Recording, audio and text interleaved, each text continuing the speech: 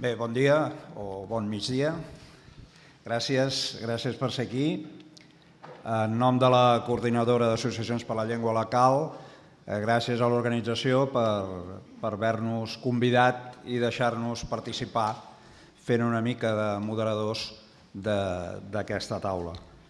Felicitar també a l'organització per aquesta iniciativa, perquè crec que estem en un moment de reflexions, de debat sobre la llengua.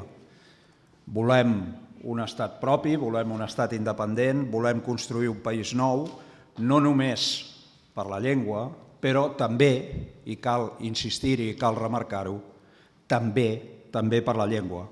Per tant, ens calen molts espais, com aquest i altres, d'informació, de reflexió i de debat sobre la llengua, la situació actual i sobre la llengua en un futur i sobretot la llengua en un futur estat. 25 anys de la Carta Europea, de les anomenades llengües regionals o minoritàries, i 15 anys d'incompliments. Per tant, ara ens toca parlar-ne des de l'eix temàtic de l'educació i cultura. Ara us presento tot seguit els dos ponents que tenim i hem pactat una mica d'estructurar aquesta intervenció amb una intervenció cadascun dels ponents de 10 o 12 minuts. Després disposarem encara d'uns 10 minuts per si volen matisar o puntualitzar algun dels temes i acabarem, espero que n'hi hagi de preguntes, doncs acabarem amb 10 minuts més per poder respondre les preguntes. Per tant, us els presento tot seguit. Aquí a la meva dreta tinc la Mar Forcada i Nogués, nascuda a Barcelona, llicenciada en grau de suficiència investigadora en Història de l'Art per la Universitat de Barcelona. Ha tingut una àmplia trajectòria en institucions culturals i mitjans de comunicació. Ha centrat la seva tasca professional en la direcció i coordinació dins del tercer sector. Activista política, social i cultural, destaca en el seu paper de defensa de la llengua catalana com a membre de la Junta de la Plataforma per la Llengua, on, entre altres responsabilitats, exerceix de portaveu de la plataforma Som Escola. I a la meva esquerra, en Pere Mayans Balcells, llicenciat, té un ampli currículum, he intentat sintetitzar-lo una mica, llicenciat en Filologia Catalana, postgraduat en Gestió de Diversitat Lingüística i Cultural, ha estat catedràtic de Llengua Catalana i Literatura a l'ensenyament secundari, ha fet diversos cursos d'assessor de llengua del Departament d'Ensenyament, ha estat professor del Màster d'Ensenyament de Català per Acolliment Lingüístic i del postgrau en Política Lingüística i Gestió del Multilingüisme, autor de llibres i articles sobre països catalans, sobre minories lingüístiques, coautor des del 2010 del capítol sobre ensenyament de l'informe sobre la situació de la llengua catalana elaborat per la xarxa Cruscat i EC. I actualment és cap del Servei d'Immersió i Acolliment Lingüístics del Departament d'Ensenyament de la Generalitat de Catalunya i m'ha volgut remarcar que és membre del CIEMEN. Hem pactat que començaria ell, per tant, comença amb Pere Mayans. Sí, he volgut remarcar perquè vull que quedi clar que en tot cas parlo com a CIEMEN i no com a cap del Servei d'Immersió i Acolliment Lingüístic del Departament d'Ensenyament, sobretot perquè algunes de les coses que diré no s'ajusten al que és la meva feina. Si parlés només de la meva feina hauria de parlar només del Principat de Catalunya i jo volia parlar del conjunt del territori, del conjunt del domini lingüístic.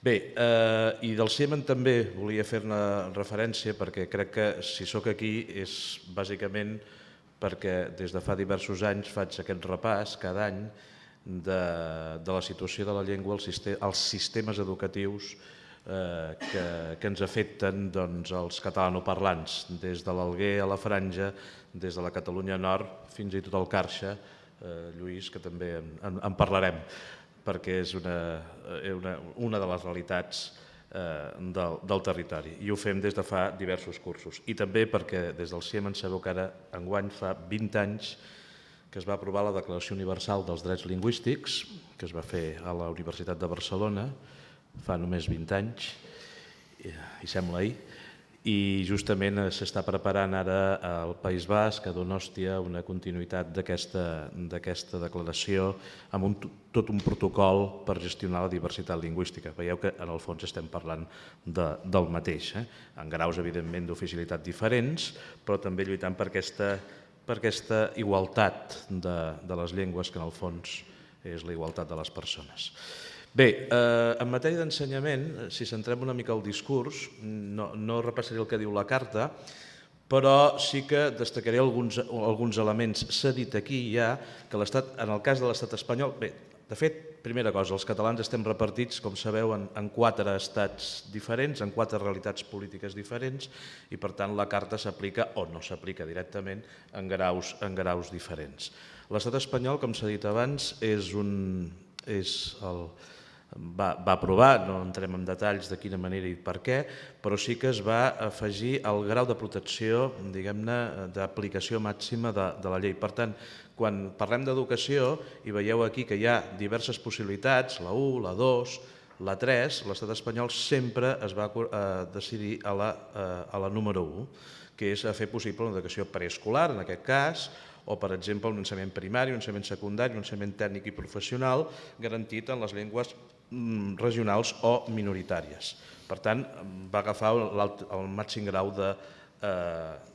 d'aplicació.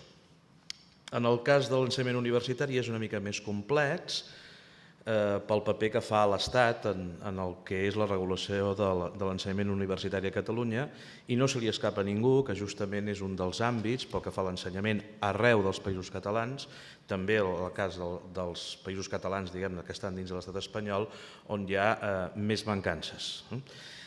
Des d'un extrem extraordinàriament espectacular, com seria la Universitat Miguel Hernández d'Elx, on el percentatge d'assignatures en català és exactament igual a 0, a percentatges força considerables a alguna universitat del Principat, també amb algunes excepcions, fins i tot amb universitats que tenen noms de filòlegs il·lustres.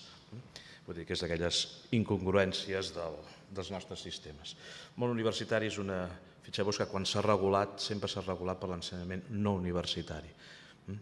Bé, també pel tema d'adults, també es va legislar, el fet de la incorporació de la història i de la cultura d'aquestes llengües, també es va optar per aquest punt, amb contradiccions aparents importants, ja ho destacarem, però normalment tots els programes educatius de les diverses regions catalanes només focalitzen en la seva pròpia realitat. Rarament fan referència a la resta del territori. Fins i tot hi ha un cas també molt extrem, que és el cas d'Aragó, que, com sabeu, com també ha passat a València i a les Illes, doncs recentment hi ha hagut canvis polítics que semblen albirar aspectes positius. I un dels aspectes positius que podia tenir era, finalment, que al català se li diu català, molt bé, com ens van recordar el president d'Aragó, diu, sí, però oficial no, claro, el claro no sé què volia dir, però oficial no, i estan desenvolupant els currículums de català. I ens truquen, ara sí que parlo com a departament, ves per on, perquè ens van demanar assessorament. I aleshores, quan feien la part de literatura catalana d'Aragó, literatura catalana d'Aragó, o sigui, Jesús Moncada, per exemple, literatura catalana d'Aragó, que és diferent de la resta de la literatura catalana, com tothom sap, doncs deien, no, és que només farem autors que escriuen en català a la franja. I llavors la pregunta que jo els hi vaig fer, dic, i quan feu literatura espanyola només feu autors aragonesos que escriuen en castellà a Aragó? No, és que no és el mateix. No, clar, no és el mateix perquè no és el mateix, clar. Ja ho sabem, que no és el mateix, com allò oficial, no, claro, dit pel president d'Aragó. El claro ja sabem que és bastant obscur. Bé, formació inicial i permanent dels ensenyants i crear diversos òrgans de control que, com deia molt bé el Joan Lluís abans, sabem que existeix però no l'hem vist mai, aquests òrgans estatals de control de l'aplicació de la Carta Europea. Això seria pel que fa a l'estat espanyol. Clar, pel que fa a l'estat francès i l'estat italià, doncs l'han signada per una ratificada, amb la qual cosa, en fi, és com si no existís. I després que tenim els nostres benvolguts amics, companys de viatge i sempre tan generosos amb el tema de la llengua que és Andorra, que evidentment no ha signat la Carta Europea i que, paradoxes del destí, fa que els estats són estats, malgrat que siguin microestats, i una paradoxa que també és allò de les fronteres. No sé si sabeu que qualsevol alumne que tregui una titulació de català a Catalunya, a València, a Balears, fins i tot a la Catalunya Nord, hem ideat mecanismes de reconeixement mutu. D'acord? A vegades mitjançant universitats, mitjançant històries diverses segons el període històric. Però resulta que Andorra no reconeix els títols de català de la resta dels territoris de parla catalana. I no els reconeix, sabeu per què? Perquè no som un estat. I això, els estats, que no som un estat, i només es podria pactar si l'estat espanyol volgués pactar-ho amb el govern d'Andorra. En fi, allò que dèiem de les fronteres, doncs les fronteres existeixen i a la taula d'en Bernat qui no hi és convidat i de moment que jo sàpiga encara no hi som. Bé, en matèria d'ensenyament, la presència del català en altres territoris que no siguin els històrics, doncs sabeu que a l'estat espanyol hi ha poca o poquíssima tradició de presència del català en l'àmbit universitari, fins i tot amb les escoles oficials d'idiomes, n'hi ha molt poques, n'hi ha a Madrid, n'hi ha a Saragossa, n'hi ha a Sevilla, però en general la presència de la llengua catalana fora del que és l'àmbit territorial històric no és el cas. Per tant, una realitat política molt diversa, i aquesta realitat política diversa fa que la implantació o el compliment o la situació de la llengua en definitiva sigui molt diversa, perquè no només, i això ja s'ha dit abans, depèn de les polítiques dels estats, sinó de les polítiques que apliquen els diversos governs que en el seu moment, en el seu torn, governen les diverses comunitats autònomes. En aquest cas no cal recordar el que ha passat recentment al País Valencià, a les Illes, a la Franja, malgrat algunes primaveres que va haver-hi especialment a les Illes i també d'alguna manera a la Franja, i ara estem en un període on s'està intentant recomposar tot allò que s'ha anat enrere en els últims anys. Lentament, com recordàvem aquí amb gent de Mallorca, lentament també al País Valencià, no sé si parlar ni tan sols de lentament a la Franja, i s'estan intentant recuperar aquelles posicions que en principi no s'haurien d'haver perdut mai. Per tant, realitats complexes, com dèiem, reconeixements molt diversos, un mapa absolutament esquarterat i fins i tot en realitats polítiques, com sabeu, per exemple, el mateix País Valencià, que és una de les recents polèmiques que hem sentit, doncs el tema de les exempcions, per això ho he dibuixat diferent la part, diguem-ne, castellanoparlant de catalanoparlant, perquè sabeu que al País Valencià el català, el valencià, és una llengua prescindible mitjançant tot el sistema d'exempcions que s'està intentant, hi havia la idea que s'hauria d'anar endavant. Per cert, i això també ho dic, si us voleu escapolir de fer català a Catalunya, a Balears, etc., també hi ha manera, també hi ha manera. Només cal anar a un col·legi que faci un sistema educatiu estranger. Ja està. D'acord? I això es pot fer a Catalunya, aquí, ara i ara mateix. Vull dir que tampoc no és veritat. Hi ha altres coses, efectivament, i moltes altres coses que se n'haurien de parlar. Molt bé, he fet una gradació, per ser ràpid, perquè és que podríem parlar de moltes coses, inexistent a l'ensenyament, inexistent en el món, en el Carxa, efectivament, i fins i tot si us hi fixeu en el mapa de l'esquerra veureu dues fronteres lingüístiques, que és el retrocés de la llengua en els últims anys. Bàsicament perquè el Carxa l'estan comprant europeus que se'n van a passar la jubilació. I els catalanoparlants són ja minoria també aquí.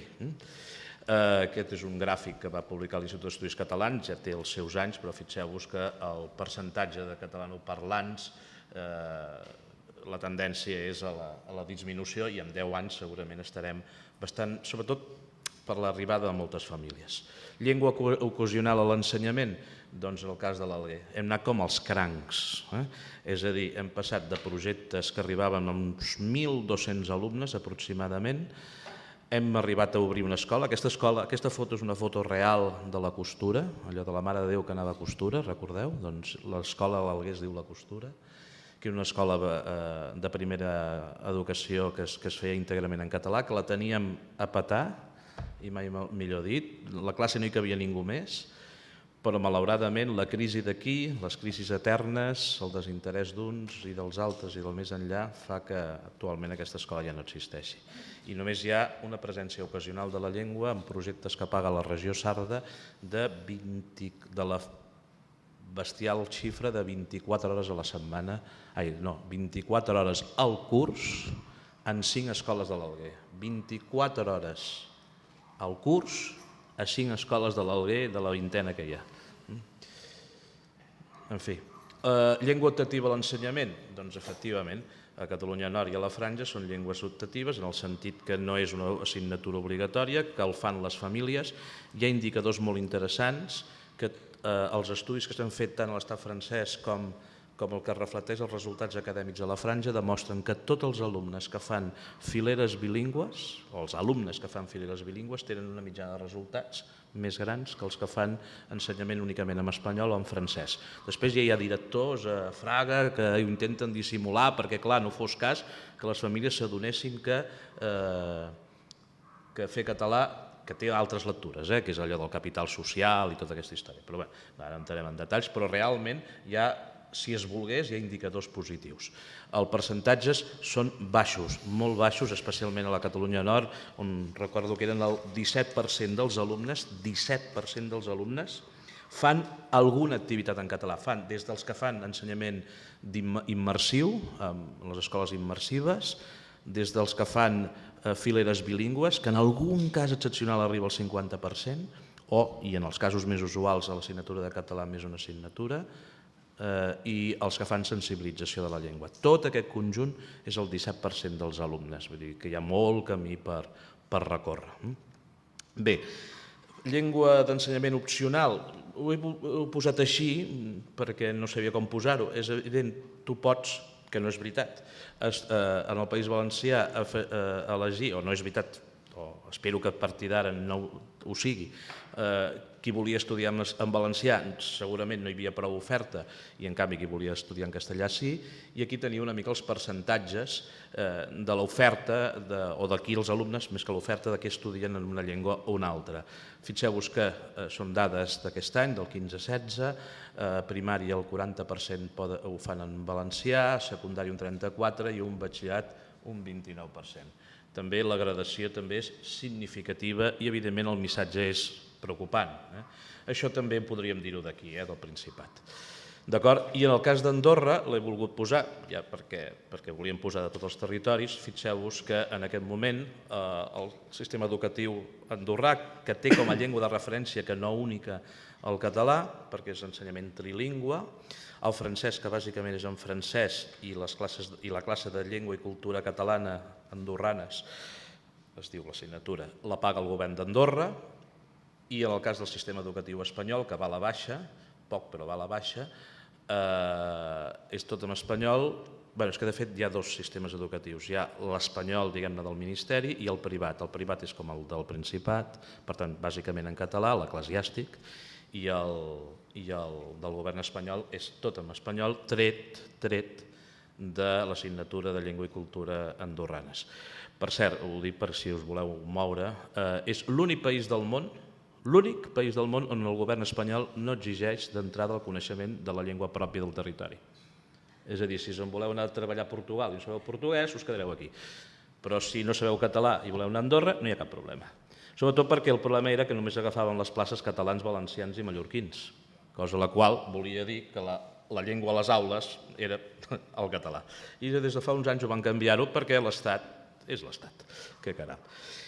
I amb això ja et dono l'entrada a tu, perquè al Principat ja hem treballat amb Som Escola, en tot cas dues reflexions. Una doble pinça, legal. L'Estat, des de la sentència del Constitucional, que, com sabeu, el tema dels preferents i el tema de què és una llengua preferent o no van anar directament i, per tant, això ha creat una doctrina jurídica que el que està és qüestionant el paper del qual ens hem dotat democràticament des de l'any 83 a aquest país, de fer del català la primera llengua de l'escola, la llengua de referència, i l'occità, evidentment, a la Vall d'Aran, que tant de bo això fos, ja ho haguéssim aconseguit. I llavors aquí miro unes cares que em miraven abans, efectivament, perquè tampoc no és cert que el 100% de l'escola sigui en català, com malauradament tampoc no és cert que el 100% de l'escola sigui en occità. Aleshores, per tant, legal sí. Mira, aquesta mateixa setmana hi hem tingut dues...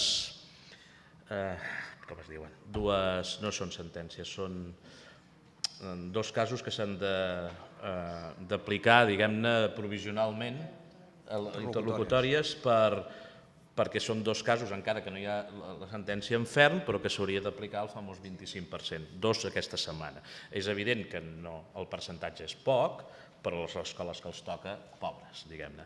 I real, que és això que us comentava. Això seria el tema de tot un debat de realment, quan diem que el català és la llengua preferent del sistema educatiu, segurament trobaríem més llacunes, bastants més llacunes de la que entrada ens pensem o hem volgut creure en els últims 30 anys, des del 83, 30 i escaig d'anys, que vam fer, i torno a insistir democràticament, vam decidir aquest país que la llengua de referència per compensar altres àmbits de la societat a l'escola, a l'ensenyament universitari, havia de ser la llengua catalana.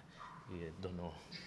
Molt bé, moltes gràcies, Pere Mallans, per aquesta visió de la llengua, una mica com a llengua nacional, per tant, de llengua a nivell de la nació sencera, que és Països Catalans. I ara el torn de la Mar Forcada.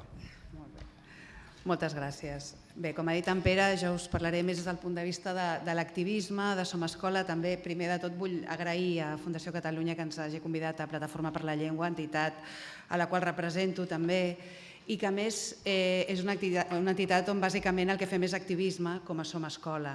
Deixeu-me que comenci perquè fa justament 15 dies a Plataforma vam ser els anfitrions, pertanyem a la xarxa ELEN, que és la European Language Equality Network, que és una xarxa de llengües minoritzades o regionals europees, i bàsicament vam estar parlant de la CELROM, entre altres coses, i es va dir tot el que s'ha dit fins ara, però una cosa que sí que va dir en Josep Maria Terricabras, que el vam convidar com a eurodiputat i com a persona que està al Parlament Europeu i que a més és sensible en temes de llengua, és que hi ha un error que tots cometem, o molts, jo crec que els que som aquí segur que no el cometem, que és pensar que la llengua no és només un mitjà de comunicació, o sigui, la llengua és molt més que això. Per tant, no hi ha llengües minoritzades perquè totes les llengües són importants, independentment del número de parlants que tinguin. Però que, a més, en el cas del català és una llengua mitjana, no és pas una llengua minoritària, ni molt menys. En el cas de l'occità, doncs, potser estaríem també a la franja. Dit això, des de Som Escola, ara ja us parlo des de la vessant més activista, també us he de recordar que Som Escola no és una entitat com a tal, sinó que és una plataforma de més de 40 diferents entitats, totes de la societat civil, on hi estan tots els sindicats, totes les escoles que s'hi vulguin adherir, t'hi pots adherir a títol personal, la majoria d'entitats dels països catalans, i que a més col·laborem, per exemple, amb Enllaçats per la Llengua, que ara aquí veig una representant de les Illes, amb la qual hem compartit batalles i coses i activitats molt reivindicatives en el passat i seguirem fent-ho. I moltes vegades això també fa que se'ns demana més activitat. Per què Som Escola no esteu sortint a cada minut al carrer o no feu coses? Doncs per això, perquè som una plataforma i no som una entitat, i això fa que sigui més difícil de moure-ho. Però això no vol dir que no estiguem amatents. És a dir, nosaltres ens creem precisament per tots els atacs que rebem de l'estat espanyol contra l'escola catalana. I com que, a més, l'èxit de Som Escola és que som diferents entitats i diferents associacions que engloben potser gent amb ideologia potser un pèl diferent, però que tenim en comú una cosa, i és que volem l'escola catalana amb llengua i contingut, i que ho tenim claríssim. Per tant, creiem que és millor sumar que no pas començar a intentar pensar en ideologies que van més enllà d'això, i és la clau del nostre èxit. Però aleshores el que vam dir és som una entitat reactiva, és a dir, cada cop que Madrid ens vingui a buscar les pessigolles ens trobarà. I és així com ha estat fins ara i així seguirà sent. Malauradament les interlocutòries, com ara en Pere Mallans acaba de dir, van venint, són com gotes malaies, no sé com dir-ho, Són casos dramàtics perquè penseu que són tan perverses que el que fan és atacar a una persona concreta. Normalment el que fan és li envien una demanda al director d'una escola concreta i li diuen senyor Pere Pagès, m'ho estic inventant, o senyora Maria Roser, si no fa que aquest nen en aquesta classe faci un 25% d'assignatures en castellà, vostè tindrà un problema, se'l farà fora del seu lloc de treball, es quedarà sense sou, pot tenir conseqüències penals. Clar, què passa? Aquest senyor normalment demana ajuda. En aquest cas, legalment és molt complicat ajudar perquè és el que en Pere Maia ens ha intentat explicar, tenim la legislació que tenim que no acaba de protegir com hauria de ser. Per què? Perquè no tenim un estat propi, bàsicament. Aquest és el problema.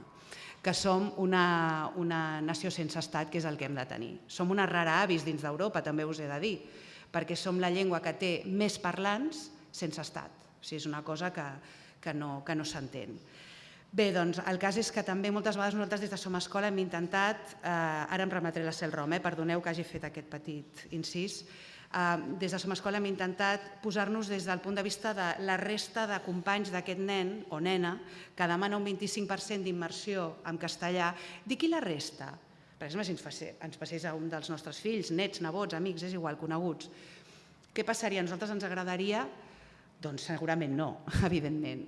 Però aleshores aquí entres en processos i és molt complicat, però això no vol dir que no estiguem estudiant la manera com fer-ho. Ho dic perquè és molt complicat moltes vegades plantar cara, però que ho fem. És això i que ho hem de seguir fent. I jo crec que en aquest cas la tasca que fem totes les associacions, la societat civil, com a individus, és importantíssim i no hem de deixar de fer-la. Això és el que comentava de la Cel-Rom. Per una banda pot semblar... El problema de la Cel-Rom, com molt bé ha apuntat el professor Kraus, és que senzillament són suggeriments, no són d'obligat compliment. Això els estats s'hi adhereixen lliurement i si volen ho fan complir i si no, doncs... I ningú els diu res, ningú els pot sancionar. Aquest és el drama. Bé, drama o no, perquè es va fer motivada, com molt bé ell ha explicat, per altres motius. Clar, què passa? Doncs l'estat espanyol l'ha signat, com l'Andorrà, no la compleixen, en molts casos i no passa res.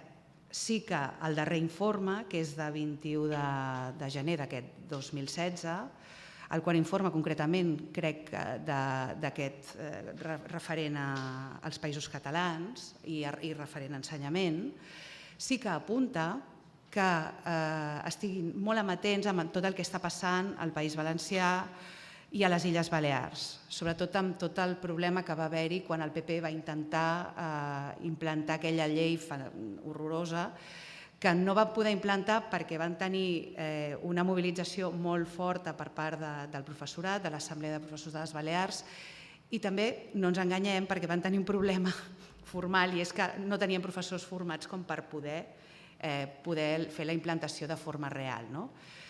Bé, malauradament aquell malson de moment, dic de moment, està com passat i el que sí també diuen és que vigilin quan es vulgui aplicar el trilingüisme, que es vagi molt en compte a veure què passa amb el català. Perquè moltes vegades, que per això el trilingüisme a Ciutadans li encanta i sempre diu no, si nosaltres estem a favor del català, si el que volem és el trilingüisme, s'ha de vigilar molt i molt, i des de Som Escola és un dels nostres cavalls de batalla, aquí tinc companyes i que ho saben i que n'hem parlat, perquè clar, el perill que si tu li dius a un pare, mare, tiet, és igual, àvia, és igual, escolta, tu vols que el teu fill sàpiga parlar 3 llengües? I tant, i 27, si és possible, no? Doncs mira, aquí posem un sistema que tindràs 3 llengües que les aprendran igual. Això sabem que difícilment serà així mentre legalment pertanyem a l'estat espanyol. Per tant, aquí a la carta, a la Cel-Rom, hi ha aquest avís de vigileu, si apliqueu el trilingüisme, vigileu amb la llengua, amb el català, amb la llengua regional, en aquest cas. I I nosaltres estem amatents i tant com a Som Escola com a Plataforma per la Llengua fem ara quan la companya parlava d'una sola dona i que han començat a veure fruits i coses, nosaltres com a plataforma el tema de les xarxes ho tenim claríssim, perquè avui en dia si no fas activisme per les xarxes, una mica les xarxes a vegades supleixen l'activisme que abans fèiem de carrer. Jo crec que ara es fa activisme de carrer i activisme a les xarxes, és molt important, perquè pots arribar fins i tot més enllà del teu territori i dones a conèixer el problema que t'està passant aquí, com va passar amb les primaveres àrabs i gràcies a Facebook. Bé, el cas és que realment la CELROM ens pot servir perquè sembli que Europa està una mica al cas del que ens passa, però jo crec que més enllà d'això, com a utilitat massa no en té a nivell pràctic, ja que no és d'obligat compliment i serveix només com a suggeriment. Sí que ens pot servir si alguna vegada hi hagués casos, si fos tots els punts que no es compleixen, que sí que podríem dir, home, això ja és d'escàndol, però alguns sempre s'acaba complint, o si més no, això sembla. I ja està. Sí. Molt bé, perfecte. El que ha superat el Pere Mayans, ell ho ha escurçat una mica. Bé, tenim temps, en tot cas, si voleu, tenim temps encara, allò uns 5 minutets cadascun per fer algun matís, si voleu, o afegir alguna cosa al que ja heu dit. Pere, potser vols afegir alguna cosa o vols fer alguna reflexió? No, l'únic que en tot cas el tema del Principat de Catalunya, el que deia la Mar, aquest degoteig jurídic, però que també és el reflectiment d'una feblesa jurídica que arrosseguem des dels anys 80. És a dir, quan no hi ha hagut circumstàncies de pactes polítics entre nivell estatal i a nivell de Catalunya, allò que ja es va acordar l'any 83, que era fer una assignatura horària en castellà, no es va aplicar. Semblava que amb la LOTSE dels 90 això se superava i llavors ens vam inventar un terme que els juristes algun dia podran analitzar, que allò de vol dir normalment en català, normalment, vol dir habitualment però no exclusiva, i això també cal recordar-ho.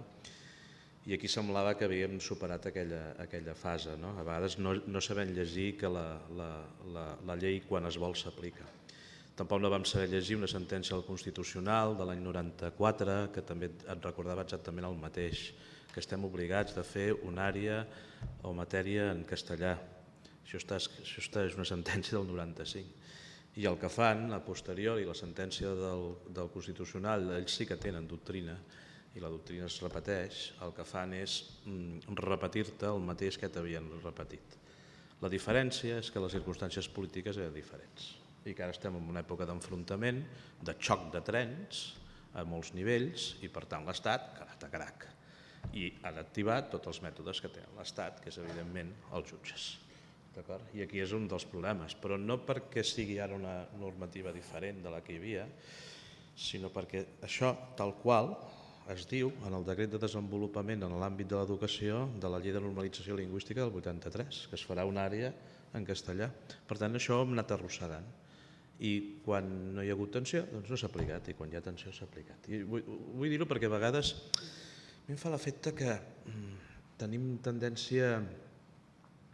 Si s'ha de ser just, s'ha de ser just, i s'ha d'explicar les coses pel seu nom. I també hi ha una part de responsabilitat nostra dels últims anys. I, evidentment, la carta, en aquest aspecte, clar, si veieu els paràmetres de la carta, en principi, per aquí no ens podem enganxar. Ens podem enganxar al Carxe, ens podem enganxar a la Franja, ens podem enganxar a altres llocs. Aquí, en principi, no podem esperar cap mena de... Al contrari, possiblement se'ns podria girar en contra en segons quines circumstàncies.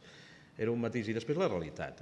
La realitat, he fet l'exemple de les escoles estrangeres, n'hi ha de tot, però hi ha algunes escoles estrangeres que decideixen que ells han pactat amb l'Estat i per tant no tenen obligació de fer català i no el fan, altres el fan optatiu, però després hi ha altres escoles, especialment les que no formen part del sistema públic d'ensenyament, que vol dir les escoles públiques i concertades, les que no són ni públiques ni concertades, no formen part del sistema públic d'ensenyament, que fan una mica el que volen.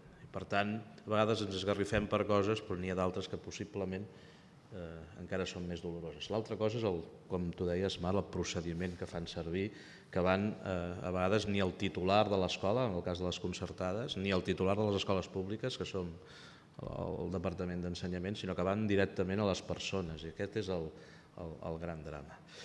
Pel que fa a peticions, estem al voltant d'unes 300 anuals, aproximadament.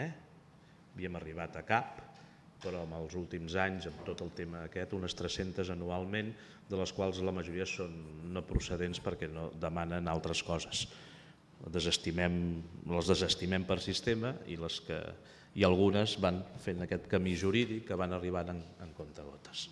I aquí és el xoc de trens actual que bé, només té dues solucions, clar. O un pacte a nivell estatal o l'altre, ja l'hem dit sovint en aquesta taula, que és que hi ha legalitats que aquí no haurien de ser reconegudes.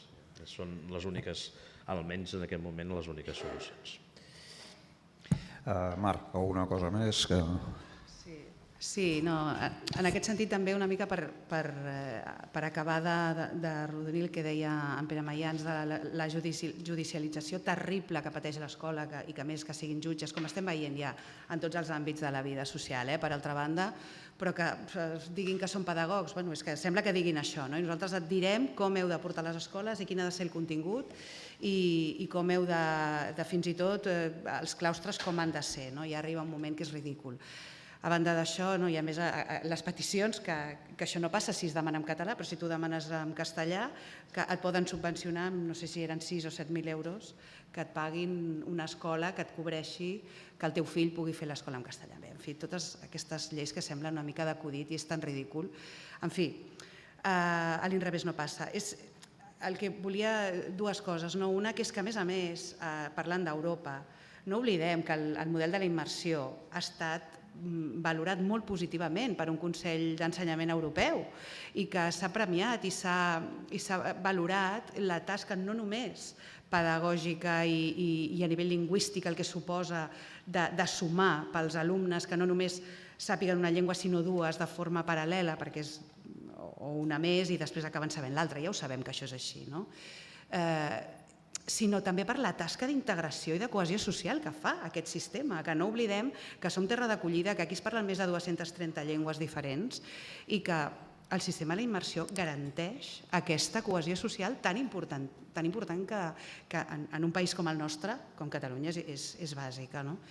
I una mica, una petita espurna per l'esperança, bé, n'hi ha unes quantes, però fa poc, amb la Plataforma per la Llengua, amb la Franja de Ponent, vam aconseguir una fita gràcies a la societat civil, gràcies a les AMPAs i a les escoles. Algunes escoles de la Franja de Ponent, junt amb ells, vam estar fent unes agendes escolars amb la temàtica d'allà, els santorals, les festes populars d'allà, fins i tot amb temes lingüístics. I el govern aragonès, evidentment, ens va enviar una carta una mica, per dir-ho suaument, o sense dir-ho suaument, una carta amenaçadora, absolutament, dient que què estàvem fent, que ens estaven ficant on no ens tocava, però gràcies a les AMPAs i a les escoles que es van mobilitzar sota mà, sota mà però sense por, perquè vam fer actes públics, doncs vam poder aconseguir fer aquesta distribució d'agendes a la Franja en català, o sigui que són coses que encara et donen l'esperança de dir està tot molt malament i sobretot a la Franja, al País Valencià, Catalunya Nord, les Illes, però no hem de defallir i hem de seguir amb la lluita, senzillament és això, m'agradava, volia acabar, almenys jo, amb un missatge positiu. Moltes gràcies. Bé, està bé acabar de manera positiva les intervencions.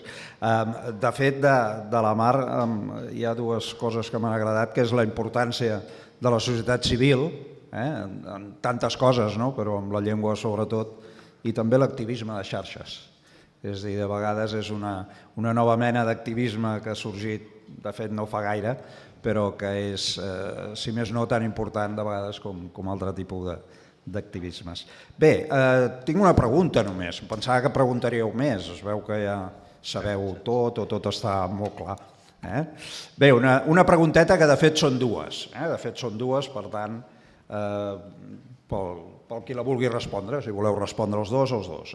És de la Blanca Serra i la primera diu: surten prou preparats en sociolingüística els nostres mestres de primària i secundària? No. Podem esplaiar-nos una mica més, no? Els plans de formació de mestres d'aquest país formen uns mestres per un país que no existeix. Sóc clar? D'acord? És a dir, ens omplim la boca, perdoneu que jo potser avui sóc una mica... he dormit poc i deu ser això. A veure, obrim la boca d'immersió. Immersió, Catalunya, model, blablabla. Quan la immensa majoria de facultats d'aquest país no tenen cap assignatura, però quan dic cap no és una metàfora, és un fet, que parlin del com s'ha de fer un tractament integrat de llengua i continguts i metodologia de segones llengües. No, sí, ho fem per l'anglès. Està bé. Sabeu quants nens tenim a Catalunya? A Catalunya, Principat. Quants nens porten el català de casa quan arriben a l'escola? 30%. Si parléssim de la Vall d'Aran, potser ens estem situant al 20%. El programa d'immersió és una cosa dels anys 80, com et diuen els mestres joves, doncs si diem aquest argument és que no hem entès res. Quan demanen al departament que anem a parlar d'immersió, i ens ho demanen, i et reuneixen 150 persones de tot el primer, de tot el segon, de tot el tercer, perquè tu els hi expliquis què és la immersió, està molt bé, perquè els del primer t'escolten, els del final estan jugant amb el mòbil, com bons alumnes, doncs preguntes si ho haig d'anar-ho a explicar jo és perquè no ho expliqueu vosaltres. Així de clar. L'única universitat, jo diria que en aquest moment està treballant això i perquè les circumstàncies són extremes, és la Universitat d'Alacant, perquè hi ha la filera dels que fan ensenyament en valencià i els que fan... I per tant, les mestres o els mestres, òbviament els has de preparar per això. I amb alguna excepció, algun professor amb iniciatives més particulars que una altra cosa que ho estigui fent, per exemple, a una universitat com Vic. I això és el que hi ha. Per tant, en sociolingüística només us convido a repassar el que són els temaris, les programacions, les assignatures de les universitats. Ja no de sociolingüística, d'una cosa que en un programa d'immersió és bàsic, els usos lingüístics. M'explico? Si algú ha entès que fer un programa d'immersió lingüística és parlar en català a l'aula, que es dediqui a una altra cosa. D'acord? Perquè un programa d'immersió lingüística és alguna cosa més. És sobretot que aquella llengua no és només per fer classes, perquè una llengua que serveix per només fer classes és una llengua que no té garantida la continuïtat, perquè la vida funciona amb una altra llengua. La llengua del pati, la llengua de l'esport, la llengua de les activitats extraescolars, la llengua dels mitjans de comunicació, dels productes culturals que consumeixo, etc. Doncs clar, si ja d'entrada només fas la classe en català però et dirigeixes la teva paral·lela en castellà o a la senyora de fer feines o a l'altre, quin és el missatge? Doncs el missatge és que allò serveix per fer classes. Allò del McNamara, no? Diu, el gaèlic serveix per parlar? Em pensava que només era per estudiar. Doncs és el mateix, és exactament el mateix. Per tant, la resposta és no, malauradament, que l'hauríem d'afegir. Però no és només aquest el problema és molt més de fons si realment les nostres universitats estan preparant aquells docents que aquest país necessita. A més, hi ha molts altres factors, perquè com sabeu, per mi és una opinió molt personal, hi ha massa universitat en aquest país perquè cada poble i poblet té la seva universitat, per tant has de captar alumnes d'on siguin, et trobes amb gent que et venen a demanar que els hi certifiquis que tenen nivell suficient per exercir la docència en català a Catalunya, et presenten la instància, et fan 10 faltes, ja només dic les faltes perquè no us vaig sentir parlar, i llavors clar, descobreixes que és un tio de Navarra que ha anat a una universitat, que la universitat no s'ha preocupat perquè tingui no sé què, llavors descobreixes que hi ha una línia en castellà, però al final volen que tu, com a departament d'ensenyament, els hi reconeguis que poden fer la docència en català. Mira, com diuen a Mallorca, puja aquí i veuràs Portopí. M'explico, no? Clar, llavors són molt dolents, clar, i són molt no sé què, però és que arriba el moment que tot plegat és molt més complex. Es van posant mesures, heu vist això d'un mínim de nota, de llengües, van posant mesures correctores, però és complicat també, perquè estàs en un altre àmbit, tot i que el Departament d'Ensenyament és l'empresa que més contracta els docents de Catalunya, la gent que crea la universitat o que forma la universitat. Sí? Marc, alguna cosa? No, mentre et llegeixes la pregunta per saber, no, només afegir, com us deia abans que havia dit en Terric Cabres, és que em sembla que no he acabat. Si la llengua fos només un mitjà de comunicació, escolta, acabaríem amb totes i només en triaríem una. Per tant, no és això, ho dic aprofundint amb el que diuen en Pere, que la llengua és molt més que això i a vegades potser és veritat que als professors els hi falta, no tots, no es pot generalitzar, però que la immersió és més que ensenyar una llengua per estudiar. Bé, al final ha arribat una altra pregunta. Acabo amb la de la Blanca, la segona part de la Blanca. Diu la UOC, la Universitat Oberta de Catalunya, no té fronteres. Té fronteres lingüístiques? Algú vol fer un matís? Jo el que sé és que és evident que té cursos en diverses llengües. Sí que pots estudiar català a qualsevol lloc del món, però també és veritat que la UOC té la possibilitat de fer cursos en altres llengües. A partir d'aquí, en sabeu més, jo diria que és així en aquest moment. Vull dir que la internacionalització passa una mica com els màsters, ara perquè no he tingut temps, però quan fas l'informe o el mateix de política lingüística, l'ús de la llengua, de fet l'ús de la llengua va així, com allò del valencià i tots el mateix. Infantil, primària, secundària, obligatòria, batxillerat, llicenciatura i màsters. I si continuem una miqueta més ja ni ens veurem. D'acord? Això que és un missatge pervers amb ell mateix. Pervers, perquè clar, com més grans, menys ús. O menys ús, depèn de les persones, però sí menys oferta d'ús. Alguna cosa, Marc? No? Bé, doncs la darrera pregunta que tenim, no hi ha nom, però intueixo que és d'algú de fora del Principat, perquè diu... D'acord. Què farem davant el trilingüisme d'en Rajoy i en Ciudadanos? Marxeu de l'Estat i ens deixareu sols o no us desentendreu? Per part meva no us deixarem sols. Per part meva, No, i per part. Pere. Jo és que estic avui Estàs encès, Pere. Si ens remetem a la història recent, no esperem res ni d'Estònia, ni de Letònia, ni de Lituània, ni d'Eslovàquia, ni dels que justament fa 30 anys o 20 anys estaven com nosaltres. Oi que no? Però és que ja va passar la primera tongada d'independències que es va independitzar allò després de la Primera Guerra Mundial. Es reunien abans de la Primera Guerra Mundial bascos, catalans, tal, ens trobàvem amb polonesos, amb no sé què, amb no sé quants, hi havia trobades a París i tots estaven... Quan tu ets un estat, adéu-siau. I em sap greu, ja saps, Maria Antònia, que jo no soc d'aquest parer tampoc, i ho saps perfectament. Però malauradament, i amb alguns dels discursos, que no el nostre, però amb alguns dels discursos que està sentint, jo no posaria la mà al foc i m'agradaria cremar-me, però la història recent demostra que quan passes a la primera divisió, perquè és veritat, nosaltres som els primers de la segona divisió, i això ho hem dit aquí. Quan passem a la primera divisió ens en recordarem, sí? Tant de bo. Ens hauríem d'en recordar perquè som nosaltres mateixos, això hauríem de tenir-ho clar. El que no sé si realment en aquest moment el discurs global va per aquesta línia. Ho dic sincerament. Clar, quan tu veus aquest, que jo em posa molt nerviós, quan ens dediquem a fer constitucions així, què fem? Fem una constitució. Apa, vinga, i en tenim 3 o 4 pel mercat, ja potser ho heu fet vosaltres, no dic res.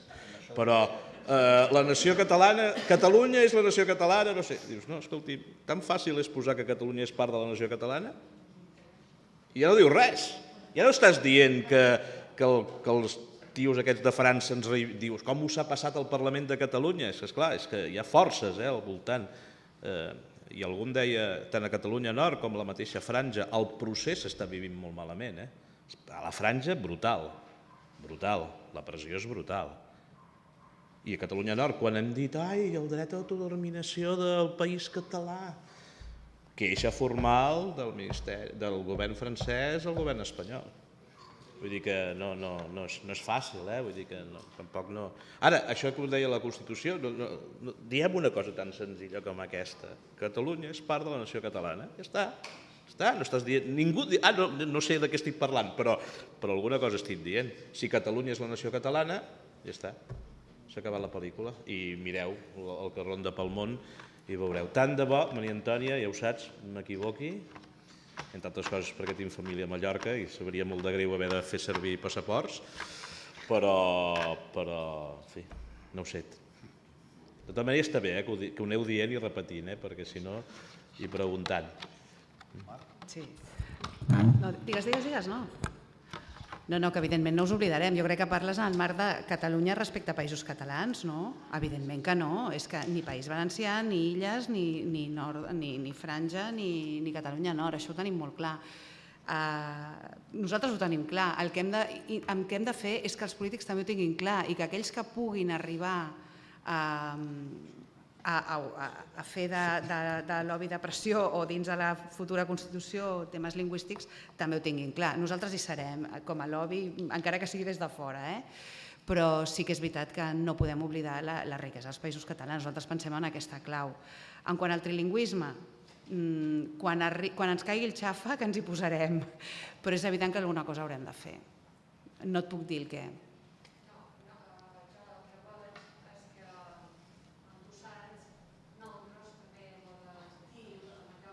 Sí.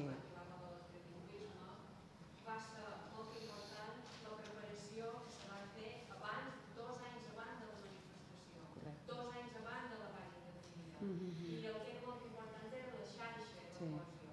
És a dir, nosaltres no tenim por de qualsevol cosa nova. No ho hem anat en aquest sentit, perquè estem molt contents amb això, perquè serà després un miratge per la resta del territori. El que sí que necessitàvem és ser-hi tots, perquè és la mateixa llengua. El que passa que una part del territori amb aquesta llengua afecta el seu conjunt, com us he explicat, què està passant a la Franja, què passa aquí, què passa en aquesta universitat, què passa a l'altra. És important que hi sigui i, per tant, nosaltres creiem que on encara ja, a banda que mos quedi la xarxa, ja hem de començar a organitzar la xarxa a nivell de cada part del territori, un territori malament que estigui dividit en illes i en altres fronteres, i després a nivell estatal també, perquè això m'agrada ja, hi ha una llei orgànica, i ja penso, clar, és que Catalunya fan el procés i estan per allò, i és tan important i tan interessant i tan compartit i tan il·lusionant que això Tens raó. però entre les moltes coses que heu arreglat quan marxeu, penseu que també hi ha aquesta i que nosaltres volem estar com en igualtat de condicions per una lluita compartida. Bé, estem una mica fora de temps. En Pere Mallan s'equivocarà. Vull dir, no. Que t'equivocaràs. Tu has dit, voldria equivocar-me, doncs t'equivocaràs. No us deixarem sols. Bé, amb això acabem la sessió del matí, que ha sigut molt interessant. Tornem a les 3, a la sessió de tarda, que promet també ser molt interessant. Gràcies a tots i gràcies als ponents.